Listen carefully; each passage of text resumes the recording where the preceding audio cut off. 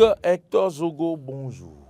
Bonjour Maurice Agoua, bonjour également à nos téléspectateurs, bonjour également à nos internautes qui sont en train de nous suivre sur nos différents canaux digitaux. Quel est le temps qu'il fait dehors? Un bon temps. Un bon temps. Donc, vous avez eu du bon vent dans les oreilles. J'en ai eu. Ici. J'en ai eu. Très bien. Hugues Hector Zogo, on va y aller. On va commencer par Matin Libre ce matin. Le journal Matin Libre qui affiche des photos. Je ne sais pas si le journal a fait également son TOFA ou bien s'ils ont fait une vision pour voir ceux qui vont donc marquer l'année 2025. C'est rare. Voilà, peut-être si vous êtes dans le secret de Dieu avec le journal, vous allez peut-être essayer de décrypter quel message le journal veut nous véhicule à travers donc ces personnes affichées à la une. Ceux qui feront 2025, qu'est-ce que ça vous inspire, Hugues Hector Zogo? Je pense que le journal a fait un travail exceptionnel parce que déjà, c'est une vingtaine de figures. Oui. Une vingtaine de figures. C'est vrai que je note tout de suite qu'il n'y a pas suffisamment de femmes au titre de cette liste-là. Je ne vois qu'une seule femme. Sinon, que voulez-vous dire par là? J'aurais souhaité quand même, personnellement, j'aurais préféré avoir 2 ou 3 autres figures. Comme celle de l'honorable Claudine Affaire-Prévention? Oui, mais celle de la ministre conseil? Bien sûr, et celle de l'ancienne ministre Vicence Yaboko aussi. Par exemple. Par exemple. D'accord. Et donc, une vingtaine de figures. Ouais. Et tout de suite, la figure qui retient l'attention, c'est celle du chef de l'État. Parce que vous voyez la place d'abord qui a été réservée au chef de l'État à cette une-là. Ouais. Vous comprenez que toutes les cartes se retrouvent dans ses mains. Et juste après le chef de l'État, il y a le général Fruitieux Guaguidi. Oui, ça, c'est pour nous conduire sur le terrorisme. Ils auront fort à faire, j'allais dire. Évidemment. Et au-delà du fait qu'il y a la question du terrorisme, il y a aussi la question relative, je vais dire, aux élections. Aux élections, d'accord. Donc on se retrouve dans... Année charnière. Voilà, année charnière. Ouais. Et donc, il faut que la question de la sécurité, au niveau de la défense nationale soit assez prise au sérieux. Oui. Et donc, mais après, on voit le président Nicéphore Dieudonné Soglo et le président Yahi Boni encadrés par 3 prisonniers, notamment Olivier Bokor et puis Ricky Amadougou et Joël Aïvo. Vous savez que l'on a... 3 personnes qui sont en prison, j'allais dire. Exactement. Vous savez que les charges qui ont été retenues préalablement contre Olivier Bokor ont été requalifiées. Oui, je le sais. Et désormais, la CRIET a abandonné la question de blanchiment d'argent, de complot contre la sûreté de l'État. Et on évoque désormais le complot contre l'autorité de l'État. L'autorité de l'État. Donc, ça voudrait dire que le dossier va sans doute faire beaucoup parler au cours de cette année 2025. D'ailleurs, dès le 21 janvier, donc dans quelques jours pratiquement, on aura droit à leur procès. Qu'est-ce que la CRIET va nous présenter au regard de ce que les intéressés auraient pu présenter comme défense? Je pense que l'actualité va être assez mouvementée. Assez fournie aussi dans ce domaine. Exactement, à partir de cette période-là. Et vous parlez de Joël Aïvo et de Ricky Amadougou. Oui. Quand je regarde aujourd'hui le professeur Joël Aïvo, je constate qu'il y a à la limite un peu d'accalmie. Il y a un peu de calme autour de sa personnalité. Contrairement à Ricky Amadougou, où il n'y a pas cette semaine-là, où on continue de parler d'elle, surtout par rapport à des œuvres sociales. Donc la question que vous posez, c'est de savoir comment est-ce qu'une personne se retrouve en prison et de la même manière, on continue d'organiser des activités en son nom. Et ces activités-là ne sont plus des activités politiques, mais plutôt des activités d'ordre humanitaire. Est-ce à dire que une fois qu'elle aurait recouvré toute sa liberté, elle va mettre vraiment un terme à la démarche politique et commencer par s'investir plus dans le volet humanitaire, est-ce que c'est aussi une forme, une façon de démontrer au chef de l'État que, bon voilà, nous vous avons laissé maintenant le terrain politique, nous préférons nous investir plus en tant que personnalité au niveau du social, donc être simplement avec les communautés, parce que toutes les stratégies sont aujourd'hui bonnes pour permettre à ces différentes personnalités-là de bénéficier de grâces présidentielles, même si le chef de l'État a été assez ferme sur la question il y a pratiquement quelques mois en arrière. Très bien. Alors, sur l'image, sur le quotidien également, oui, merci. Merci Marcel Yeddo. Je reconnais le président de la Haute Autorité audiovisuelle de la Communication.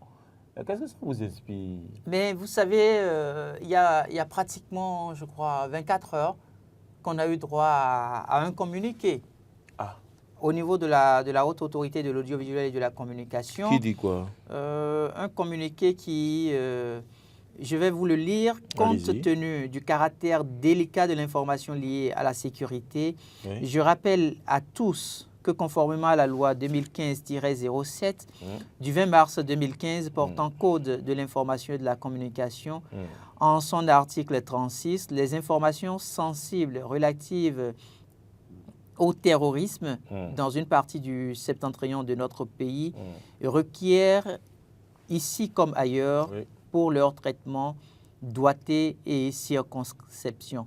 Et après, il y a eu deux autres alinéas qui ont été ajoutés. Est-ce que ça veut dire qu'on ne doit pas en parler du tout? Ce n'est pas ça. Il y a ce qu'on appelle la responsabilité sociale du journaliste.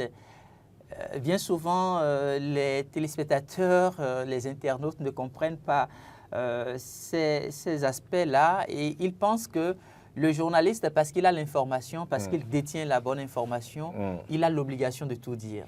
Non, à un moment donné, il a l'obligation de réserve. Parce que dès que ça part du journaliste, on considère que c'est une information, une parole d'évangile. C'est comme si c'était un verset sacré du Coran. C'est ça. Et donc, on ne va pas... Les paroles qui sortent de la bouche du journaliste sont crédibilisées. Exactement. Donc, l'institution, à travers sa première personnalité, le président Édouard Locaux, est revenu à la charge pour rappeler donc aux journalistes qu'il fallait faire très attention pendant cette période sensible, parce que dès que les informations sont lancées, je vous donne un exemple simple, vous trouvez tout de suite qu'il y a une cinquantaine, d'accord, il y a une cinquantaine de nos forces de défense nationale qui sont tombées peut-être sur le champ d'honneur. Alors, au lieu de parler d'une cinquantaine, vous pouvez dire qu'il y a certains éléments des forces de défense nationales qui sont tombés sur le champ d'honneur. Le fait d'avoir mis en billet la cinquantaine, l'effectif cinquantaine, ça ne permet pas tout de suite aux populations d'appréhender tout ce qu'il y a eu comme dégâts.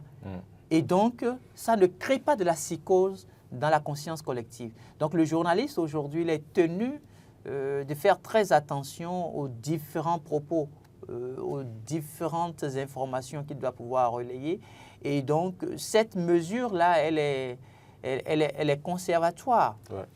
Dans la mesure, puisque le président de l'autorité de l'audiovisuel et de la communication, le président Édouard Locaux. Le président de la Haute Autorité audiovisuelle et de la communication. Exactement. Il a assez insisté sur le fait, si vous n'êtes pas assez concis dans le traitement de l'information, la suite, c'est qu'on pourrait même arriver à surseoir de manière temporaire votre organe de presse. Ou vous invitez à une audience publique et peut-être... Non, le communiqué, si je vais un peu plus loin, vous allez comprendre que ce n'est pas une question... Ça peut aller jusqu'à la fermeture? Ça peut bel et bien aller jusqu'à la fermeture. Donc, en 2025, ça va être un grand défi pour le président de la RAC, parce que, vous savez, de par le passé, il y a eu plusieurs organes de presse qui ont été fermés. Ce n'est pas ce qui est souhaité, puisque nous parlons de la liberté de presse, la liberté d'expression. Les populations ne comprennent forcément pas tous les enjeux sécuritaires qui se cachent derrière ces prises de décision-là. Donc, il va être à la limite, très surveillé. Les journalistes ne lui feront sans doute pas de cadeau pendant cette période-ci. Ça va être comme, je vais dire, du lait. Et c'est pour ça que qui se retrouve sur le quotidien a affiché sa photo? Oui, c'est déjà un signal. Parce qu'il y a eu un communiqué que je viens de partager avec vous. 24 heures après, il se retrouve déjà à la manchette d'un journal, d'un quotidien. Et vous connaissez très bien à quel point ce quotidien-là est bien lu. Matin Libre. Est très bien On va repartir à la une du quotidien Matin Libre. Je crois avoir vu. Regardez la photo qui est à côté du président de la AK droite. Vous connaissez cette personne? Je pense que c'est Hugues Sosoupé. Non, non, je ne crois pas, à droite. Ça dit que face à l'image, à droite, le président de la AK, à droite. Ah non, c'est le président d'une fédération, non? Ce n'est pas un journaliste qui a un quotidien? Ah d'accord, je ne vois pas très bien. Je ne vois pas très bien cette figure. D'accord, on voit juste après, troisième position, après le ministre Dianoté. Oui. La photo qui est là, vous connaissez la personne? Non plus. D'accord. Mais après? Il y a Louis-Philippe Rounignon. Oui. D'accord. Vous savez que l'ancien directeur général de la police nationale, à l'époque, puisqu'aujourd'hui nous parlons de la police républicaine, il a fait un certain nombre de déclarations il y a quelques semaines, je vais dire. Oui. Et donc, finalement, il a été mis aux arrêts et il se retrouve en détention préventive. Oui. Il a encore... ses avocats continuent de travailler avant que le procès ne soit ouvert. Donc, 2025, sans aucun doute, va se faire compter avec son procès, donc on va parler un peu de lui dans les médias. Oui, au-delà du fait qu'il y aura son procès, lui-même, il a défié l'autorité de l'État parce qu'il a trouvé qu'il devrait fêter l'anniversaire de la conférence, l'anniversaire de la Constitution du 11 décembre 1990. Oui. Il ne l'a pas fêté libre de ses mouvements, mais libre de ses esprits, puisque le fait qu'il soit aujourd'hui en détention préventive ne l'empêche pas de continuer par mener des réflexions. Oui. Maintenant, la grande question, c'est de savoir, est-ce qu'après son procès, nous aurons droit à d'autres scénarios? On attend de voir. Donc, sans doute, c'est l'une des raisons qui aurait poussé Matin Libre à pouvoir l'afficher au rang des 20 personnalités qui feront l'année 2025. Et puis, la première personne qui a osé déclarer sa candidature pour 2026, c'est aussi à la une du quotidien. Vous avez vu là où... Vous avez vu là où on l'a positionné. Moi, je le disais il y a quelques jours sur ce plateau, à la limite, c'est un commerçant politique. Pourquoi? Kémy Séba, il est connu pour ses positions controverses. Tout son problème, c'est de pouvoir attirer l'attention sur... C'est un panafricaniste. Non, c'est pas... non. On sait qu'il draine du monde. Non, en fait... Il y a beaucoup de panafricanistes dans le monde entier qui sont de son côté. Beaucoup de panafricanistes au Bénin qui sont de son côté également. Ils ne seront pas d'accord avec vous. Non, mais je ne souhaite d'ailleurs pas qu'ils soient d'accord avec moi. Le combat du panafricanisme mené par Kwame Nkrumah, Marcus Garvey, Thomas Sankara et bien d'autres leaders africains. On a vu comment est-ce que le panafricanisme a été une source d'éveil de conscience. Le panafricanisme, ce n'est pas manquer d'égard aux autres nations. Le panafricanisme, ce n'est pas manquer de respect à la personne humaine d'en face, qu'on a en face de soi. Donc, Kémy Séba, il s'est manipulé.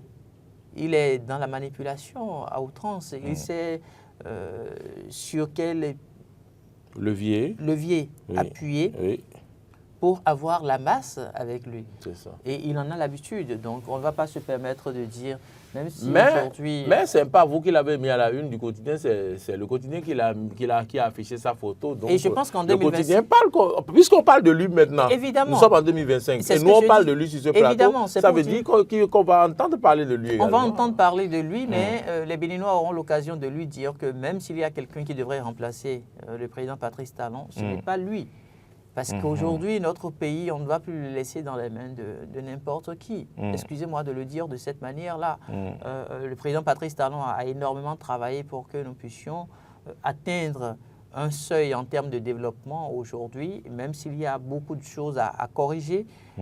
Mais ce n'est pas quelqu'un comme Kémy Séba, avec tout ce qu'il a déjà connu par le passé, comme situation qui se retrouverait demain à la tête de l'État béninois. En tout cas, pas en 2026. Peut-être après 2026, il arrivait encore à revoir sa posture, que ce soit sur le plan international et autres. On verrait. Alors, le monsieur qui a porté les lunettes, qui est juste avant Philippe Rondéon, c'est bien le PDG de Move Africa. D'accord? Vous ne le connaissez pas? Non, je ne le connais pas. C'est Omar, j'espère que je vais bien prononcer son nom. Omar Nahli, N-A-H-L-I. Donc, étant donné que l'environnement des GSM devient concurrentiel, vous le savez, hein, Move Africa aussi se donne des moyens pour s'illustrer. De la même manière, Celtis aussi se donne les moyens. Moi, je suis aujourd'hui... oui, donc, oui, on affiche sa photo. Oui. Où est le PDG de Celtis, là, parmi les gens? Bon, je ne vois pas. Vous ne le voyez pas. Bon, peut-être représenté par le chef de l'État, ou comme c'est l'État. Celtis, c'est pour l'État, non? Oui, Celtis, voilà. C'est pour... voilà, c'est pas privé. C'est pour bon, le quand Bénin. même, le journal a fait ressortir quand même la photo d'un PDG. Voilà. C'est normal, ils doivent avoir leur partenariat. Maintenant, qui est celui-là qui est avant le président de la haute autorité de l'audiovisuel, de la communication? C'est de lui que je parlais tout à l'heure, Hugues Sosoupé. Vous connaissez Hugues Sosoupé? Oui, c'est un compatriote béninois. Dernièrement, qui a dit qu'il y a eu encore une attaque, alors que ça ne s'est pas fait. Ça n'a pas été le cas, voilà. Mais il y a eu attaque du côté de Burkina Faso, par contre. Oui, mais le Burkina Faso, ce n'est pas le Bénin. Cette même nuit, il y avait 18 morts, je pense. Ce n'est pas le Bénin. Dans le rang des forces armées. Évidemment. Hugues Sosoupé, c'est un compatriote. Quelqu'un de. Et quand le journal affiche sa photo comme ça, oui. Est-ce que le journal veut dire qu'on va parler de lui en bien ou en mal? Inéluctablement, on va parler de lui en bien. En bien parce qu'il fait partie des meilleurs lanceurs d'alerte aujourd'hui que nous avons. De fausses alertes aussi, vous voulez dire? Non, je ne parlerai pas de fausses alertes. Mais dernièrement... Non, en réalité, je ne parlerai pas de fausses alertes parce qu'en fait, Hugues Sosoupé fait partie des meilleurs acteurs de l'Afrique de l'Ouest qui s'investissent énormément dans l'investigation. Et vous savez mieux que quiconque, hein, dans notre profession, il est assez vite arrivé qu'on puisse partager une information avec vous, que vous ayez pris plusieurs semaines, par exemple, pour chercher à vérifier l'information, que vous ayez fait plusieurs croisements, et que vous tirez la conclusion que ce que vous avez sous la main, c'est la bonne information. Et malheureusement, c'est une boutade. Oui, mais quand on dit qu'une attaque est en cours au nord, quand est-ce qu'on a pris le temps de vérifier pour voir s'il y a eu une attaque avant de lancer l'alerte? Non, je suis entièrement d'accord. Ça, c'est des choses, qu'on peut lui reprocher. Ça, c'est des choses qu'on peut lui reprocher, mais aujourd'hui... J'ai constaté quand même que quand il met des informations, il donne l'alerte souvent, ces informations s'avèrent. Ne soyez pas surpris que je vous dise que l'alerte part d'abord de Hugues Sosoupé avant que des compatriotes, avant que des confrères béninois ne commencent par mener leurs investigations à partir de la piste qu'il a lancée. Et puis, il n'est pas sur le territoire béninois. D'accord. Il n'est pas sur le territoire béninois. Et par conséquent, il a cette facilité-là parce qu'il a plusieurs sources, sans doute, dans le pays, qui essayent, dès que l'information leur tombe dessus, de partager les informations avec lui. Et parce qu'il a aussi un amour pour le Bénin, sans doute, il n'hésite pas à partager ces informations-là. Il y a beaucoup de choses qui se passent dans l'administration où les journalistes béninois aujourd'hui n'ont pas la possibilité d'en parler parce qu'évidemment, il y a des tests et lois qui leur font obligation à un moment donné, de vendre à la limite, entre griffes, leurs sources, parce que s'ils ne le font pas, la suite va être très désagréable. Et donc, à partir de ce moment, ils prennent beaucoup de gants avant de partager les informations. Mais pour quelqu'un qui n'est pas sur le territoire béninois, qui prend ces risques-là, non seulement pour sa propre personne, mais pour sa famille, pour ses amis, ceux qui lui sont assez proches, je trouve que c'est un travail exceptionnel qu'il fait. Maintenant, à des moments donnés, il en abuse. Il ne faut pas lui en vouloir non plus. Une photo qui manque, pour finir maintenant, à la une de cette de Matin Libre. Ben, pourquoi on n'a pas fini. Oui, c'est fini. Il faut qu'on passe à autre chose là. Oui, mais j'aurais bien souhaité qu'on parle de Wilfrid Léandre Rumbayou, du ministre. Bon, le ministre, lui, fait parler de lui tous les jours. Ils ont encore fait... ils ont encore fait une prouesse. Oui. Donc, lui fait parler de lui, premier. 1 milliard d'euros. Premier, donc... 1 milliard de dollars. Donc, il va forcément 1 milliard, de dollars US. Donc, lui, il va forcément faire parler de lui encore en 2025. Bon, ça, je suis d'accord. À partir des chiffres. Je suis entièrement d'accord. Bon, Gernot Rohr, lui également, parce que vous savez que parfois, les cardiaques vont les cardiaques vont suivre les matchs. Et puis, vous savez, ces matchs-là... Quand on est cardiaque, il ne faut pas s'y approcher. Est-ce que c'est forcément sa faute? Bon, ce n'est pas sa faute, mais c'est lui qui a le coach. D'accord. Donc, il endosse la responsabilité. Et donc, il y aura toujours des matchs, des éliminatoires, Coupe du Monde, d'accord, mais aussi la Coupe d'Afrique qu'on va jouer. Je crois que c'est pour bientôt, non?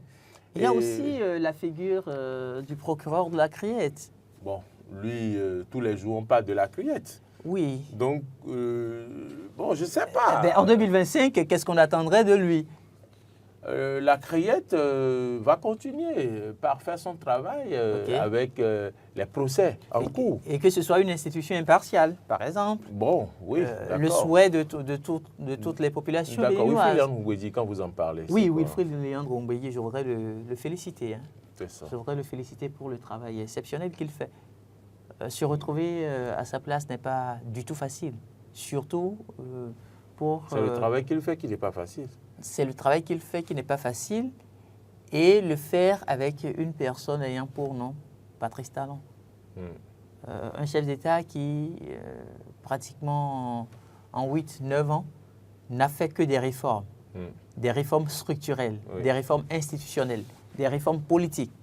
Et vous vous retrouvez pratiquement à défendre, puisque c'est le rôle du porte-parole, vous vous retrouvez pratiquement à défendre tout acte qui a été posé, non seulement par le gouvernement, à justifier, à trouver les mots justes. Et donc, ce n'est pas du tout facile. Être critiqué.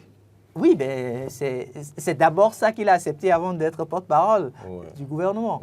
Et donc, au-delà du fait qu'il est porte-parole du gouvernement, il porte aussi le message du chef de l'État.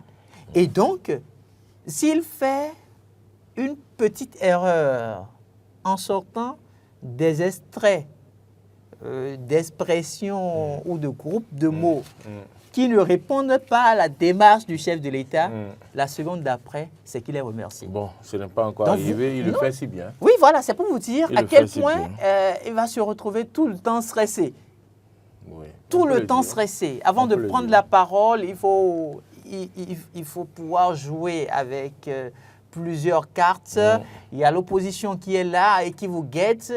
Il y a les journalistes qui sont là et qui vous guettent et qui recherchent une belle phrase que vous allez sortir susceptible d'être mise en manchette. Il sera encore face aux journalistes tout à l'heure, à 11h30. Exactement.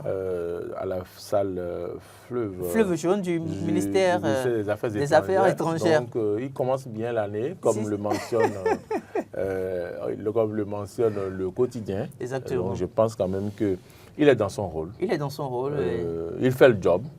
Et donc, on va lui souhaiter bon vent. Exactement. Et souhaiter aussi qu'il fasse beaucoup attention pendant cette période-ci, puisque nous sommes en train d'aller vers la période des élections de 2026, et donc une période au cours de laquelle il y a souvent de tensions les verbes, dès qu'on veut sortir des mots, on ne fait forcément plus attention parce qu'on a les intérêts politiques qui sont là. Donc, il va recevoir sans doute beaucoup de coups. Beaucoup de coups, il va en recevoir beaucoup. Parfois, je me demande comment se porte sa famille. Il va s'y préparer, il est un habitué. Allons à la une de Fraternité pour parler donc de Vodou Days 2025 qui, des chiffres sont finalement sortis, 435 000 personnes, 335 000 personnes, une participation de plus de 435 000 personnes pendant ces jours dédiés au Vodou du côté de Ouida. C'est effectivement l'adhésion populaire. Est-ce que c'est énorme? À l'art et à la spiritualité endogène. Ce chiffre est énorme? Ce chiffre... 435 000 personnes. Ce chiffre est énorme. Pour le chef de l'État, vous en parlez tout de suite. Il vous dira qu'il souhaite voir le million de touristes, peut-être en 2026. Oui. Parce que c'est quelqu'un qui porte un très grand rêve pour Mais on aurait pu aussi nous préciser ce que ça a apporté comme fonds, qu'est-ce qui est rentré avec la vente des t-shirts, tout ça, la visite des musées. Qu'est-ce qui est rentré comme fonds? Mais je pense que le ministère... Ça a rapporté combien au Bénin? Je pense que le ministère de l'économie et des finances, à travers ses cadres, doit pouvoir faire ce travail-là. Là, on est en train de nous retrouver avec la première édition, parce que 2024, c'était l'édition 0. Oui. C'était l'édition test. Oui. Mais pour une première édition, qu'on se retrouve à plus de 435 000 personnes, vous mesurez vous-même ce que ça représente. Ouida était donc l'attraction, le centre d'attraction. Tout le monde voulait se rendre à Ouida. Toute la ville est devenue piétonne. Ah oui? Oui! Toute la ville est devenue piétonne et puis les dispositions sécuritaires étaient tellement prises au point où vous ne pouvez pas circuler avec votre véhicule. Il y avait il faut marcher sur 10 km, il paraît. Bien au-delà parfois. Mais la particularité, c'est que vous faites plusieurs kilomètres de marche sans vous en rendre compte. Sans vous en rendre compte. Tout est beau autour de vous. C'est extraordinaire cette période-là que nous avons vécue il y a quelques jours à Ouida. Et je me demande si Ouida même mesure ce que le Bénin a pu lui faire en intervalle de 2 ans. C'est ça. Parce que là, la ville a été transformée. On parlait de Ouida en termes de l'histoire de la route de l'esclave. Oui. Mais aujourd'hui, on parle de la valorisation de Ouida à travers l'expression cité-musée. Cité-musée. Cité-musée. Carrément. Donc, c'est pour vous dire que tout ce que vous parcourez aujourd'hui à Ouida se retrouve être un objet musée. Vous regardez, il y a les quartiers baroques. Vous avez l'architecture coloniale, que ce soit l'architecture du Brésil. Vous avez l'architecture du Portugal. Vous avez le fort français qui est en pleine transformation. Vous avez le musée... Le fort portugais aussi. Le musée du fort portugais aussi, qui est en reconstruction, une très belle réhabilitation. Et donc, quand on va ouvrir, par exemple, ce musée-là, ce que ça va apporter en termes de devises, vous savez qu'il y a eu les trésors royaux apportés chez nous. Tout à fait. C'est au niveau de ce musée-là que la plupart de ces pièces-là seront déposées. Donc, il y a un travail extraordinaire qui se fait sur l'image de la ville de Ouida. Ça donne envie d'être ressortissant de Ouida. Ce n'est même pas seulement qu'une question d'être... C'est une fierté de dire que je suis de Ouida. Aujourd'hui, on peut ne pas reconnaître le Bénin, mais on peut reconnaître Ouida. Non, mais c'est extraordinaire. C'est fort ce que je vous dis. On peut ne pas reconnaître, c'est-à-dire en voulant... Mais Ouida force l'admiration. Oui. Et va forcément amener les gens à reconnaître le Bénin. Exactement. Puis ils vont se demander, mais Ouida, c'est où? Évidemment, c'est-à-dire que quand vous vous retrouvez aujourd'hui au niveau des États-Unis d'Amérique, par exemple, il y a plusieurs îles des Caraïbes où, dès que vous parlez du Bénin, certaines personnes n'auront pas de mal à reconnaître le Bénin parce que leurs racines, leurs ancêtres afro-descendants qui sont devenus partent forcément du Bénin. Donc, ils vont mieux vous parler quand vous dites le Bénin. Tout de suite, ils vous disent oui, nos racines se retrouvent au Bénin. Mais vous allez au niveau d'autres parties du monde entier, vous parlez du Bénin, on vous dira c'est où. Mais quand vous dites Ouida, mais quand vous dites Ouida, même s'il ne connaît pas, il a entendu parler. Parce que l'on a tellement vendu la richesse culturelle de cette ville-là que à l'international, Ouida est resté dans la tête. Il connaît mieux Vodun que Ouida. Il connaît. Non, c'est pas évident. Il connaît Ouida, mais au cœur de Ouida, il y a le Vodun. Au cœur du Bénin, il y a quoi? Et au cœur du Bénin, vous avez plusieurs cultures, vous avez plusieurs ethnies. On vous parlera du Bariba, on vous parlera de Tata Somba, on vous parlera de l'Amazone. Des chutes de Tanungu. Exactement. Donc, il y a tout ça. On vous parlera des montagnes. On vous parlera des collines. Des mamelles de Savère. Exactement. Donc, tout ça constitue la richesse du Bénin. Mais quand vous dites Ouida tout de suite, vous-même imaginez, première édition d'un festival, et on est à plus de 435 000 visiteurs. 435 000 visiteurs. Mesurez un peu ce que ça représente en termes d'impact. Quand on prend une seule personne, c'est prouvé que dès que vous touchez à un individu, c'est près de 256 personnes que vous avez derrière cette personne-là. Scientifiquement, c'est prouvé. Et donc, faites un peu le calcul et vous mesurez le nombre de personnes qui pourraient porter le nom Ouida. Ouida est devenu pratiquement un label. Oui, un label, c'est ça. Vous l'avez si bien dit. Voilà, c'est devenu pratiquement un label. Et donc, dès qu'on dit Ouida, les gens se font une idée. Et à partir de cette idée-là, maintenant, vous leur dites, Ouida se retrouve au cœur du Bénin. Ils se disent, mais en dehors de Ouida, est-ce que nous avons la possibilité de visiter ailleurs? C'est de là que vous leur parlez de Grand Popo. Grand Popo, ouais. C'est de là que vous leur parlez de Niki, des rois qu'ils auront à rencontrer, ainsi de suite.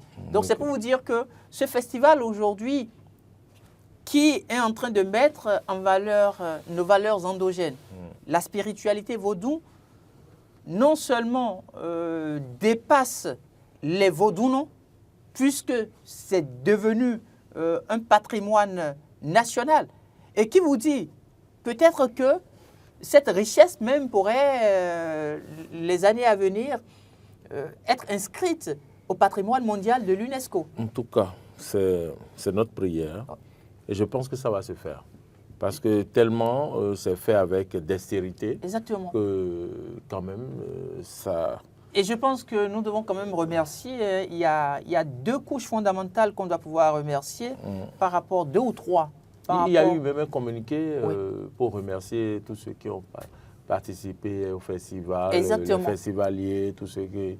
Communiqué. Moi, je voudrais quand même remercier trois couches. Les organisateurs, c'est un communiqué des organisateurs. Je ne partirai pas des organisateurs, je parlerai d'abord de la police républicaine. Ouais.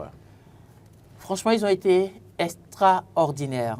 Vous aviez vu des policiers courtois, des policiers serviables, des policiers qui étaient là à vous orienter, des policiers qui étaient là à vous offrir leur sourire. Ça, c'est la police républicaine dont nous avons besoin chez nous au Bénin.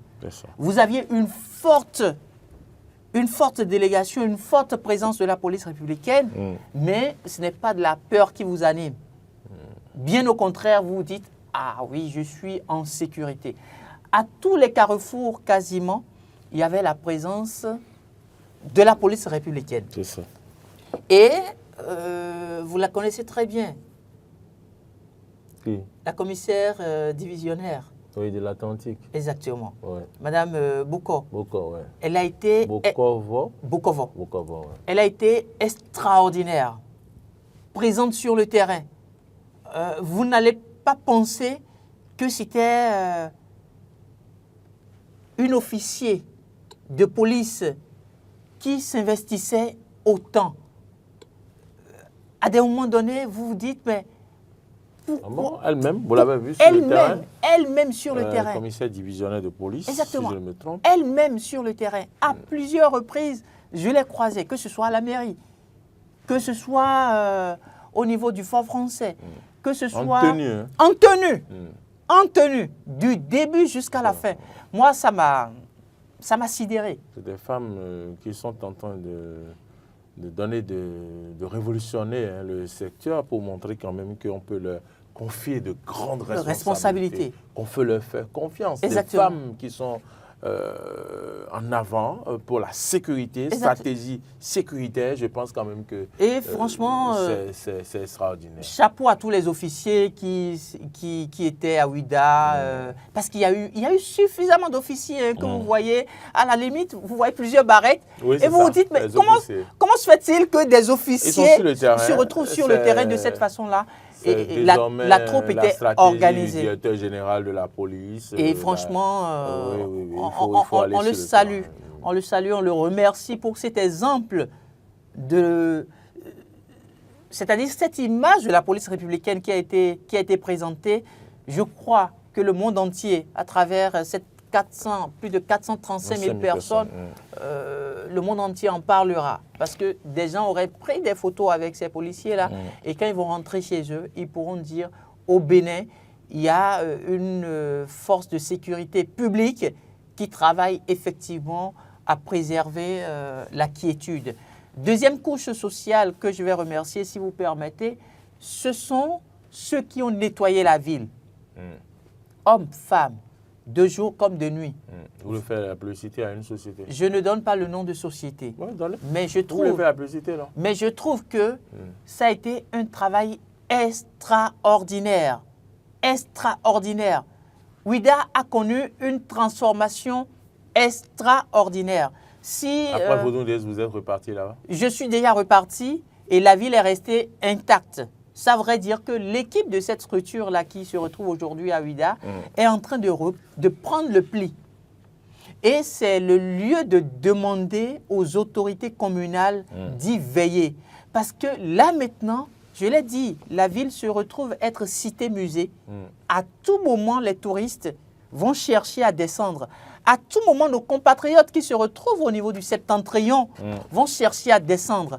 À tout moment, nos frères et sœurs afro-descendants vont chercher à descendre pour découvrir leurs racines, découvrir ce qu'il y a de beau dans leur ville. Surtout que certains peuvent avoir la nationalité. Surtout que certains peuvent facilement et peuvent avoir la nationalité et le passeport béninois. C'est l'occasion pour nous de démontrer que nous sommes effectivement une communauté propre, que ce ne soit pas juste pour ces 72 heures ou cette semaine du Vodun Days qu'on ait eu une ville aussi propre, que toute la commune de Ouida reste désormais une commune assez propre. Ça, c'est le grand défi que la mairie de Ouida doit pouvoir relever. Et la troisième couche que je remercie, ce sont les acteurs de la communication. Nous ne le faisons pas assez souvent, mais il faut féliciter que ce soit et communicants, et communicateurs, et journalistes, et blogueurs, web activistes. En tout cas, tous les corps de métier. Je ne vais pas oublier les animateurs. Et particulièrement, je fais un clin d'œil à mon directeur général qui s'est retrouvé sur une grande scène de Vodun Days. Je crois que ça doit être la journée du 10 janvier 2025 pour la présentation de cette belle soirée. Je vais parler de M. Donclam Abalo et qui nous a présenté avec dextérité. Oui, professionnalisme. Cette scène-là. C'est pas faux. Aujourd'hui, je pense que nous devons dire merci à tout ce beau monde, tous ces acteurs restés dans l'ombre, parce qu'ils sont énormes. Les cadreurs, dont on ne parle pas souvent. Les preneurs de son, dont on ne parle pas souvent. Les différents réalisateurs. Voilà, vous n'oubliez personne, les vendeuses de Piwata aussi. Oui, les vendeuses de Piwata, je les félicite. Pourquoi? Je les félicite parce qu'il y a eu de la discipline. Vous n'avez pas vu sur les plages à Ouida des sachets un peu partout.